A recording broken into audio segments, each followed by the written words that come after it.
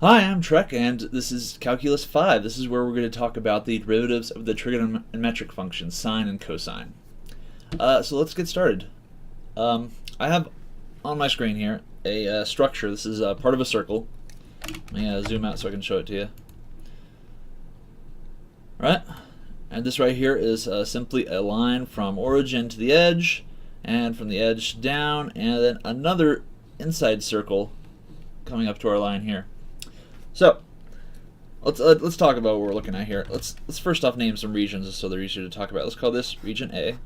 Let's call this B, and let's call this C. We have, in order to determine the derivatives of sine and cosine, we need to know the answer to this question. We need to know what the limit is as hold on.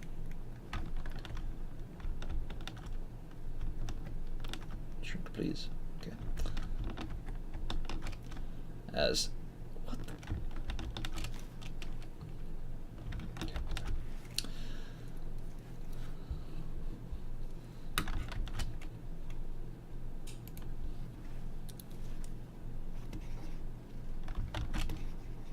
That's huge.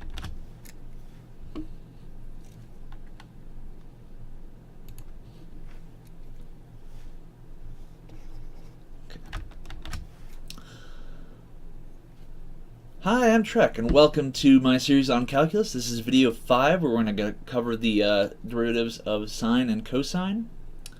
And from sine and cosine, we'll be able to understand the derivatives of the rest of the different trigonometric functions. So let's just jump into it. On my screen here, you should be able to see a circular structure of sorts. Let me zoom out so I can kind of show you the bigger picture here. It's a circle, goes around. I'm just not showing the rest of the domain down here because it's not really necessary. But we've got a segment going from origin to the edge, from where it connects to the edge down to the horizontal axis, and then another subcircle which uses this region here as another radius for another circle. So let me zoom in.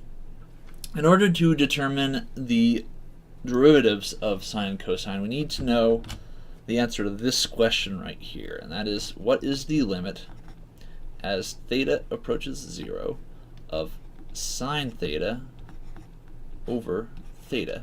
And this is where we're going to try to answer using this structure we've got here. Okay, so let's name these regions here. I'm going to call this region A, region B, and region C. Okay, simple sort of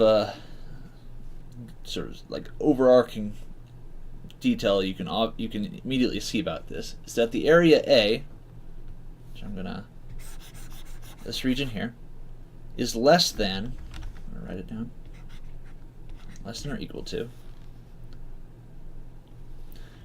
the region B, which includes all of this,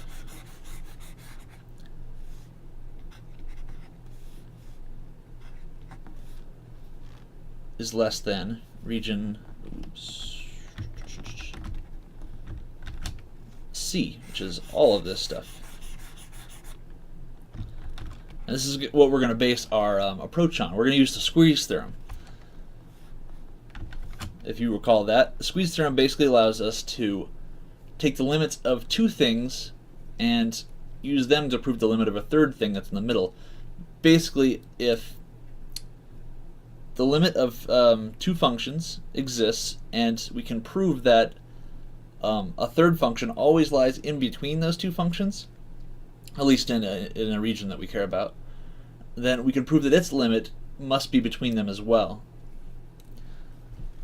So here, this is obvious that A is always less than B is always less than C. That much is pretty clear based off of our geometry here. So let's determine what their areas are. Let me switch back to black. So our region A here has an area. It's the area of a sector, which is 1/2 r squared times r theta in radians. Theta in radians. So that is 1/2 times the cosine of theta times our radius, our cosine squared, times our radius, which is it is, sorry, one second.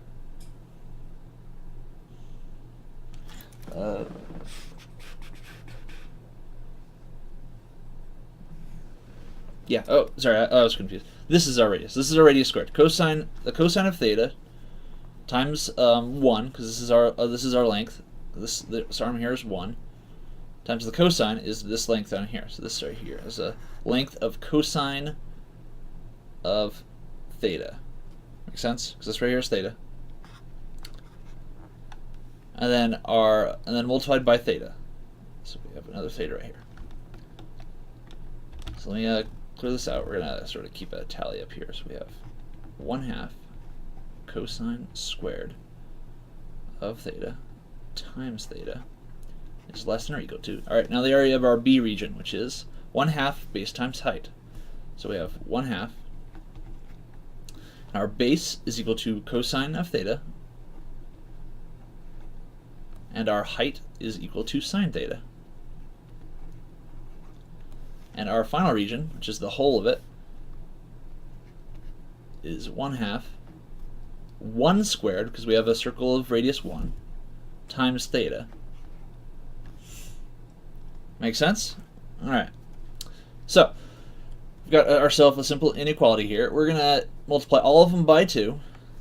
So we're going to multiply all by 2 and divide by cosine theta times theta. So we go through here. We end up canceling all the 1/2s, and we get cosine theta is less than or equal to sine theta over theta is less than or equal to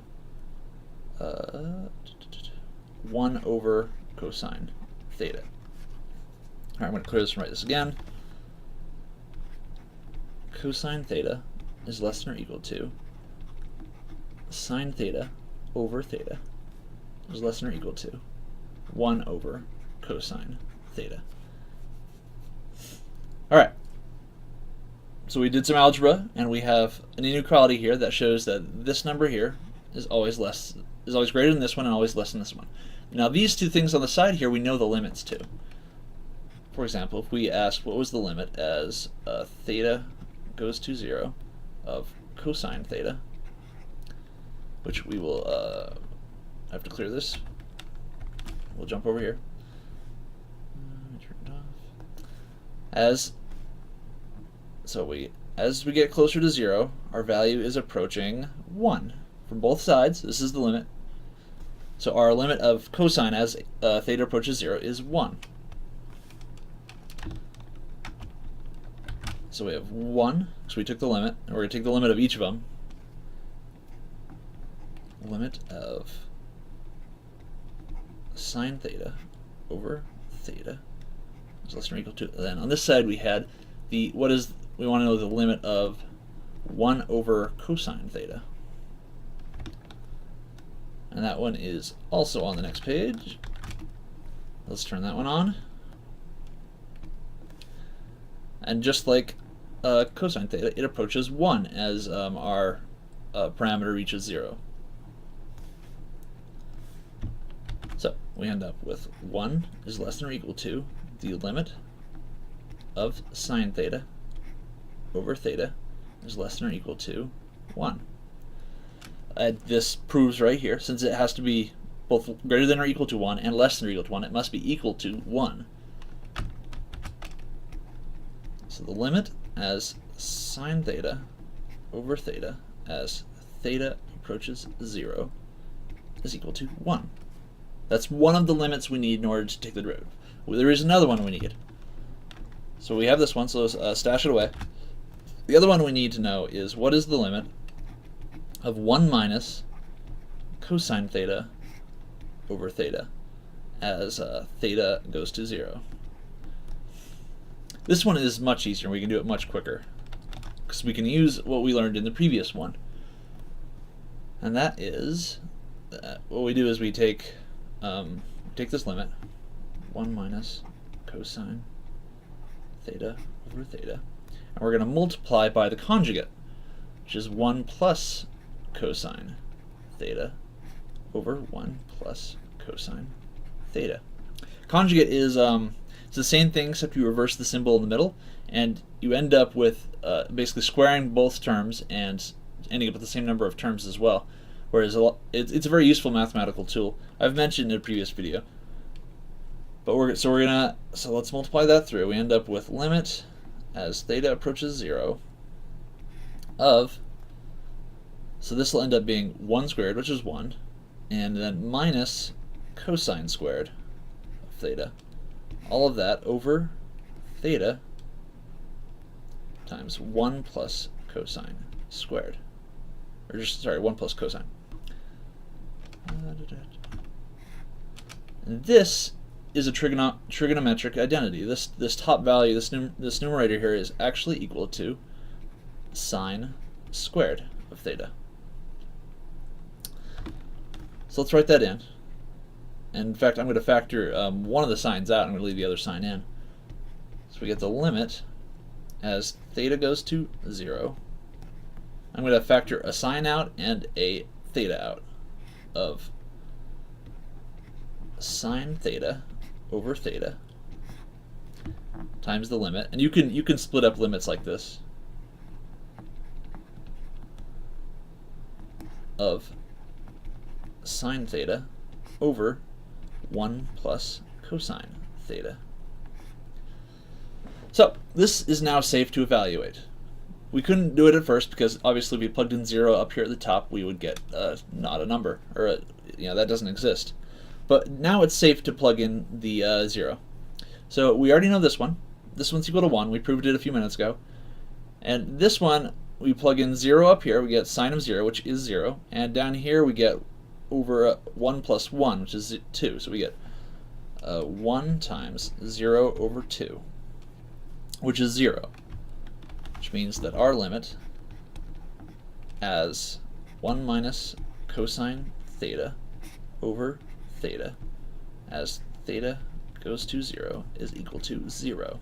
So those are the two things we've got. I'm going to write them both down. So we got limit as theta goes to 0 of sine theta over theta is equal to 1, and the limit as theta goes to 0 of 1 minus cosine theta over theta is equal to 0.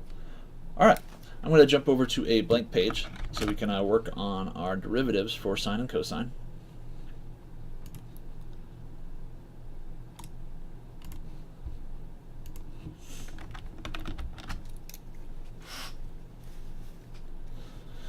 Okay, so we want to know what the derivative, so if f of x is equal to sine of x, we want to know what f prime is equal to. Well, we have to go back to our first method that we learned since we haven't learned any shortcuts for this. So we have to say f prime of x is equal to the limit as h approaches 0 of sine of x plus h minus sine of x, all of that over h. Well, this right here is also a trig identity. This is we can separate the sine of x plus h into, I'm going to just quote this, sine of x times cosine h plus sine h cosine x minus sine x, all of that over h. I need to get bigger paper. Alright, so from this, I'm going to factor out this sine x here. So I'm going to divide through these terms, all these terms by sine x, and that gives us, well, I'm going to divide out these two terms. So I'm going to bring these two terms together and divide them out. So we end up with, I'm going to divide out a negative sign. So our limit, we got negative sine of x times 1 minus cosine h over h. That's that term. And then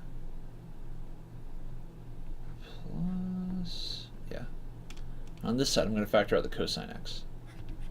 Cosine x over sine h over h. And then we're going to distribute out our limit, so we take the limit of each of these sections.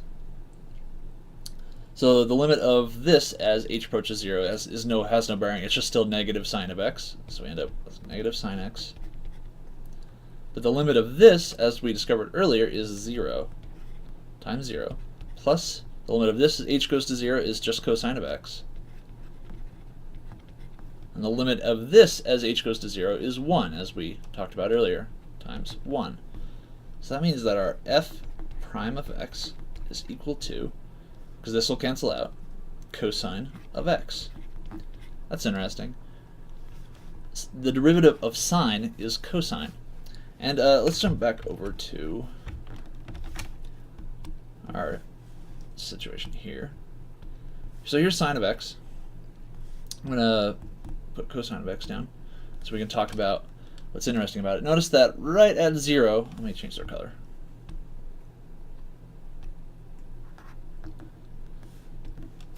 So red is sine, blue is cosine.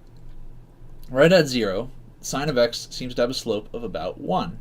And right here, sine of x has a slope of 0. Notice that at the exact same moments, cosine is crossing at the appropriate amount. It has a value of 1, whereas this one's slope is 1, and a value of 0, slope of 0, slope of 0, value of 0. And at each point along the sine x curve, cosine is it's a companion to it, representing its slope. This is totally true and also awesome. Let's try cosine of x to try to find its derivative. So, f of x is equal to cosine of x, and f prime of x is equal to the limit as h goes to 0 of cosine of x plus h minus cosine of x, all of that, over h. Alright, so exact same process. We separate this into two angles, except that when you use the cosine, you subtract them, so it'll look more like, I'm going to quote my limit here, it'll look like cosine of x sine h minus cosine of h sine x minus the cosine of x, all of that over h.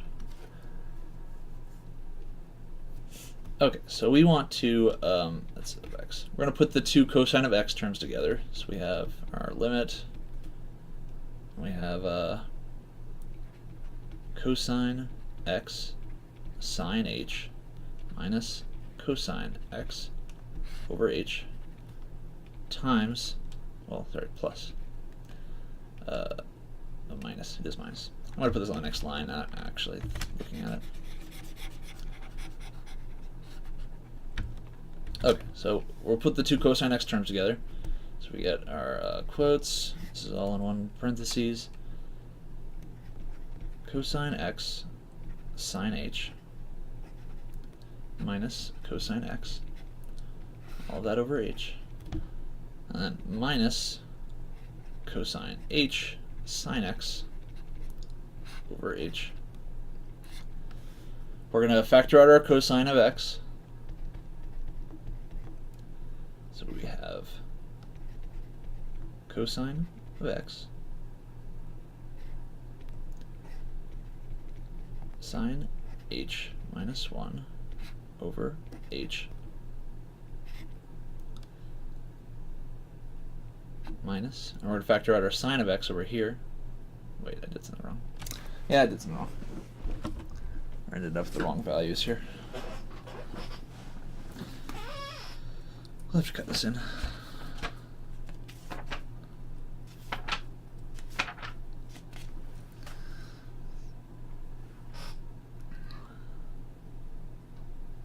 Yeah, okay, that's what I did wrong.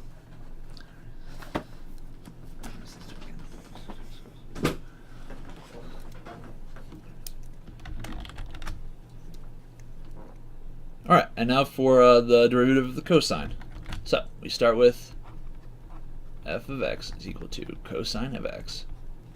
And we want to know its derivative, which is f prime of x is equal to the limit as h approaches 0 of cosine of x plus h minus cosine of x, all of that over h.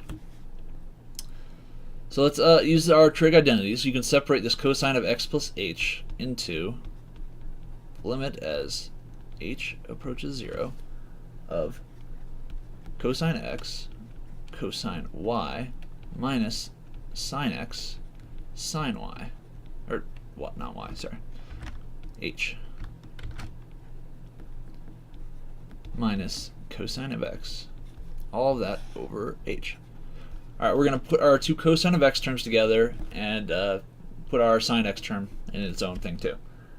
So we're just going to quote this.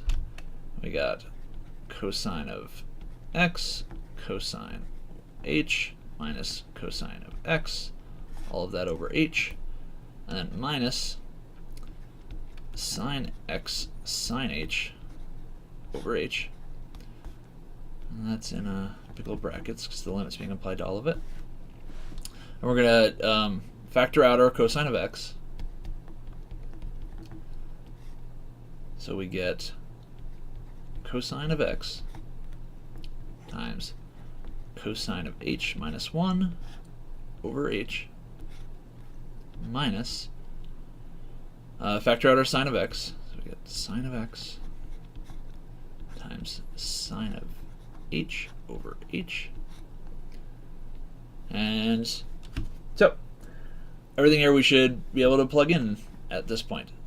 So we can divide out our limit, and our limit as h goes to 0 of cosine of x, it doesn't depend on h, so it's just whatever it would have been before. So that's cosine of x, and this one, as we learned earlier, is 0, so times 0, and the limit as h approaches 0 of sine of x is just sine of x, so we got minus sine of x. And then the limit of this as h approaches 0, as we learned earlier, is 1 times 1. In other words, f prime of x is equal to negative sine of x. That's right. So the derivative of the sine is the cosine, and the derivative of cosine is negative sine. And based off of our earlier discussion about the rules, if you recall the coefficient rule, you could just take any sort of a flat number or constant and take it out, in fact, and multiply it afterwards. What that means is that the derivative of the sine is the cosine, the derivative of the cosine is the negative sine, and the derivative of the negative sine is the negative cosine, and the derivative of the negative cosine is the sine. So it cycles. It goes through all four of them and keeps going back through. Okay. So let's write that down. So the derivative, this is like the derivative operator symbol that you might see on occasion, of sine of x is equal to cosine of x dx cosine of x is equal to negative sine of x